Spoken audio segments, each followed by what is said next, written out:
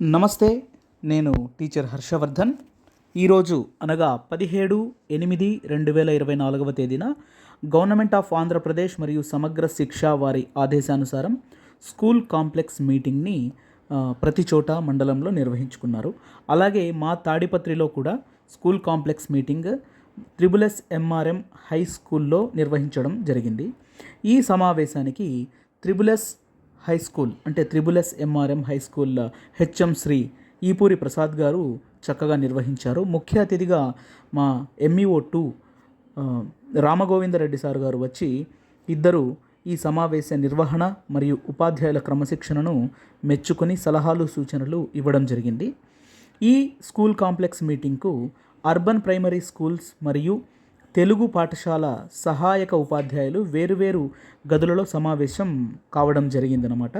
So ఈ వీడియోలో urban primary level teachers యొక్క సమావేశ విషయాలను మనం చూడవచ్చు. ఈ urban level primary school teachers యొక్క కాంప్లెక్స్ సమావేశానికి మరి పోరాట కాలనీ ఉపాధ్యాయులైన శ్రీ కాసుల విజయ్ కుమార్ గారు, SSS ప్రైమరీ స్కూల్ సీనియర్ ఉపాధ్యాయులైన శ్రీ జనార్దన్ రెడ్డి గారు మరియు అనుభవజ్ఞులైన CRP శ్రీ రామాంజనేయుల రెడ్డి గారు రిసోర్స్ పర్సన్స్గా వ్యవహరించి సమావేశాన్ని నడిపిస్తూ మరియు ఆయా పాఠశాలల నుంచి హాజరైనటువంటి ఉపాధ్యాయులను కూడా అందులో భాగస్వాములను చేస్తూ సమావేశాన్ని విజయవంతంగా నడిపించడం జరిగిందనమాట. ఈ సమావేశం అజెండాలో భాగంగా ఈ సమావేశంలో అనేక అంశాలలో ముఖ్యంగా విద్యా ప్రవేశ్ 90 రోజుల కార్యక్రమాన్ని శ్రీ కాసుల విజయ్ కుమార్ గారు వివరిస్తూ ఈ విద్యార్థులను బడిలో చేర్పించేందుకు మరియు వారిని బడిలోనే నిలుపుకునేలా ఏ విధమైన యాక్టివిటీస్ని చేయించాలో చక్కగా వివరించారు.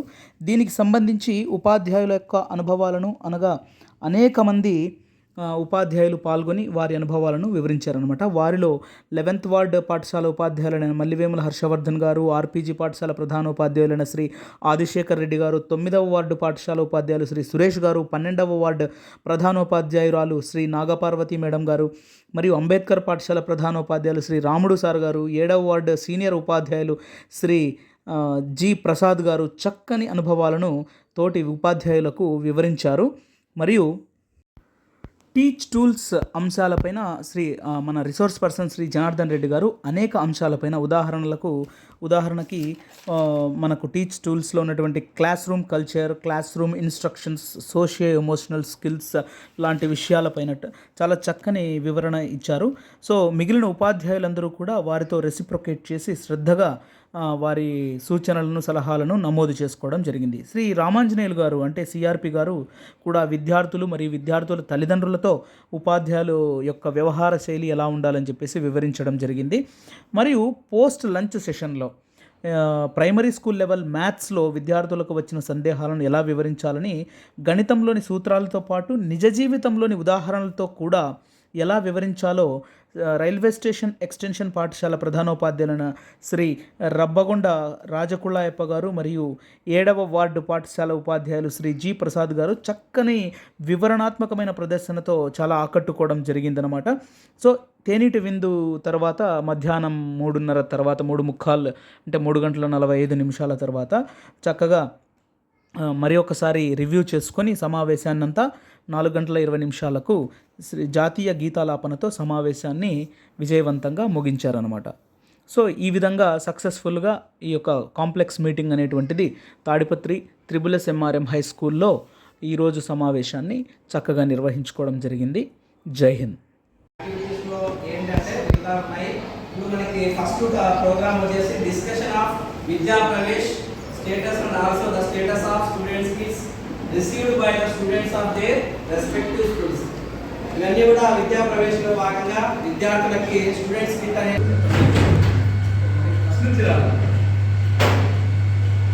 మా ఉర్దూ స్కూల్లో లాస్ట్ టైం 257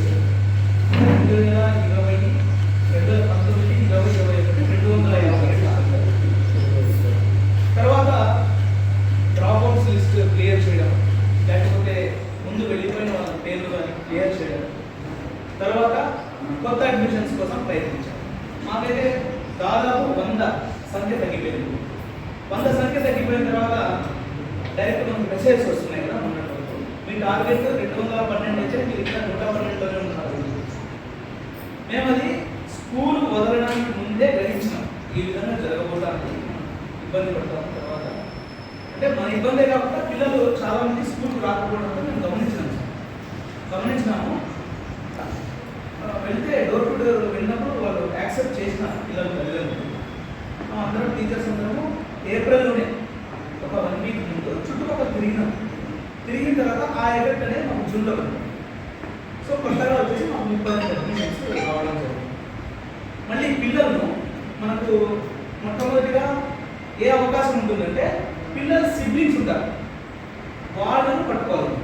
ఆ సిబ్లింగ్స్ కనుక వేరే చోటికి మిస్ అయినారు, అమ్మఒడి పడింది, తల్లిదండ్రులను పడుతుంది అని చెప్పేసి వేరే ప్రైవేట్ స్కూల్లో చేర్చినారంటే ఇంకా వాళ్ళు మన స్కూల్కి రారు, గ్యారంటీ కదా. కాబట్టి ఫస్ట్ సిబ్లింగ్స్ని తీసుకొచ్చినాం, పేరెంట్స్ని కన్విన్స్ చేసినాం. ఆల్మోస్ట్ మా స్కూల్లో పేరెంట్స్ మీటింగ్ పిలిస్తే 150 మంది పేరెంట్స్లో మహా అయితే 15 మంది వస్తారు. కానీ మొన్న జరిగిన ఎస్ఎల్సీ సమావేశానికి 86 మంది.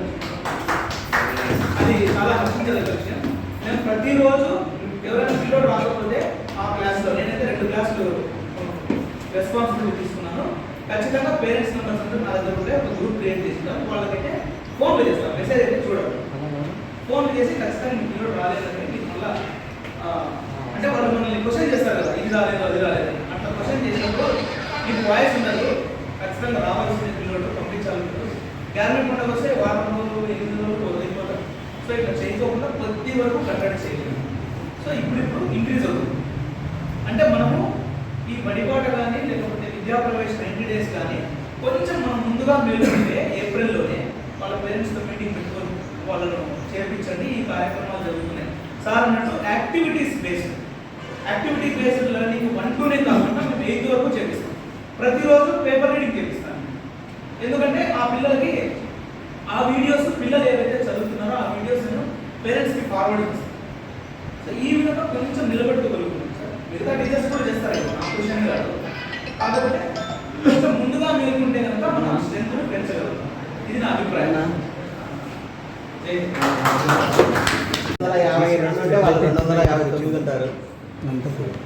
నేను 195 ఉంటే వాళ్ళు 196 ఉంటారు. బాగా అడ్మిషన్స్ జరిగినాయి.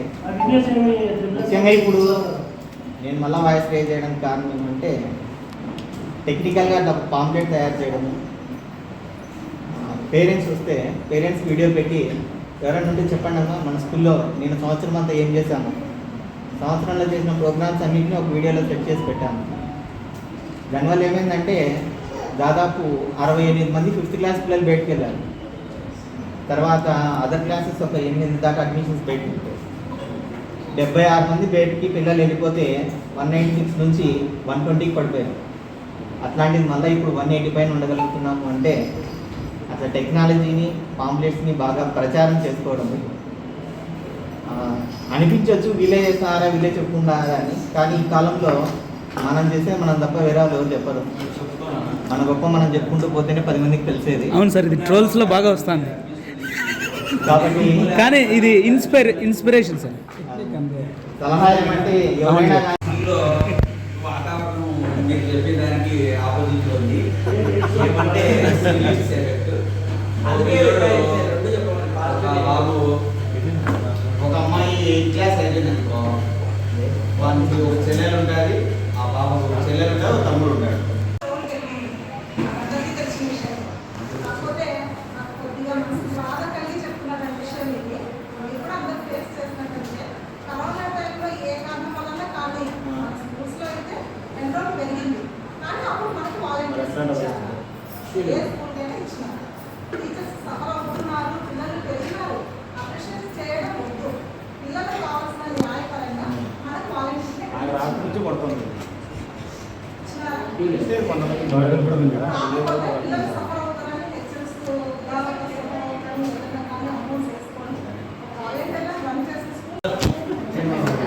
అంబేద్కర్ స్కూల్ అంటేనే ఫస్ట్ నాది ఇక్కడ రోడ్ పాయింట్ కూడా ప్రస్తుతాన్ని నేనేమంటే అంబేద్కర్ స్కూల్ అంటే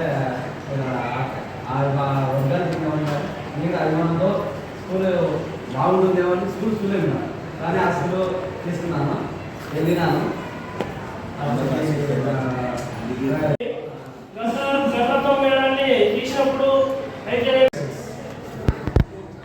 ఒకటోది క్లాస్ రూమ్ కల్చరు 2 ఎలిమెంట్స్ వస్తాయి. రెండవది క్లాస్ రూమ్ ఇన్స్ట్రక్షన్స్, ఇందులో 4 ఎలిమెంట్స్ వస్తాయి. నెక్స్ట్ మూడవది సోషియో ఎమోషనల్ స్కిల్స్. సమావేశంలో ప్రశాంతంగా కూడా వాయిస్ ఇవ్వలేదు. మళ్ళా ఆర్డర్ ఉంటేనే మనం స్టడీ కావాలి, లేకపోతే అట్లా ఆడుతున్నారు సార్. అట్లా పోలీస్ స్టేషన్ ఎవరు పడితే వాళ్ళప్పుడు మనం వాళ్ళ బయట ప్రైవసీ చట్టం ప్రకారం వ్యతిరేకమైంది. పేరెంట్స్ చైల్డ్ అడిగితే ఇవ్వాలి అంతే.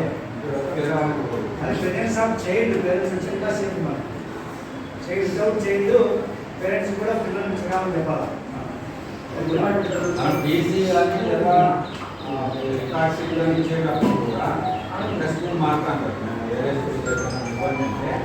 మనం పిల్లలతో సైన్ చేయించుకోవాలా, పేరెంట్తో సైన్ చేయించుకోవాలి. ఇంకో పేరెంట్ వచ్చి అడిగినప్పుడు మనం ఓకే, ప్రైమరీ లెవెల్ కాంప్లెక్స్లో మొదటి సమావేశానికి హాజరైనాం. సో ప్రత్యేకంగా ఈ సమావేశం కంటే ఏమి ఎజెండా ఏం లేదు. ఓల్డ్దే తీసుకొచ్చి మనం ముందు పోతున్నాం కాబట్టి ఫస్ట్ కాబట్టి మొదటి కాబట్టి ఇటు నుంచి ఏ విధంగా మన ఫోకస్ ఉండాలనే మీద ఫోకస్ పెట్టుకుంటే సరిపోతుంది. ముఖ్యంగా టాపిక్స్ కాంపిటేటివ్ అసెస్మెంట్ 1 వస్తుంది. పేరు మార్చడం జరిగింది, సెల్ఫ్ అసెస్మెంట్ 1 అనడం జరిగింది. ప్రెసెంట్ ఉండే సిచ్యువేషన్లో గవర్నమెంట్ మనకి ఫారెస్ట్ అంటే బాగా క్లాసుకు వచ్చాక అదే విధంగా క్లాసు ఉందా లేదా అనేది ఈ స్కూల్ యొక్క అబ్జర్వేషన్. మనం ఎరేజర్ రాజు, ఆ ఐకాన్స్లో కింద నుంచి ఎరేజర్ ఉంది చూడు. యూపీ కాదు కదా, ఇప్పుడు మనకి 5 ఇచ్చారు. సో ఇది టీవీ ఉంది sir. Unlike fractions. So unlike fractions ఇచ్చినప్పుడు మనం వీటిని ఫస్ట్ లైక్ ఫ్రాక్షన్స్ గా మార్చుకోవాలి. లైక్ ఫ్రాక్షన్స్ గా మార్చుకోవాలంటే ఏం చేయాలి? వాటికి ఎల్సిఎం తీసుకోవాలి. ఎల్సిఎం రెండు ఇవి 3, 4 ఈ రెండు కూడా రెండు వరుస నంబర్. సో అంటే 3 తర్వాత 4 వస్తుంది. సో ఈ విధంగా కంటిన్యూస్ నంబర్ ఇచ్చినప్పుడు ఏమవుతుంది? వాటి యొక్క మల్టిప్లికేషనే వాటి యొక్క ఎల్సిఎం అవుతుంది. 3, 4 యొక్క ఎల్సిఎం ఎంత అవుతుంది అంటే 4, 3 సెలెక్ట్ చేసుకో. మళ్ళీ పెన్ను సెలెక్ట్ చేసుకో. 4, 3 12 అవుతుంది ఎల్సిఎం.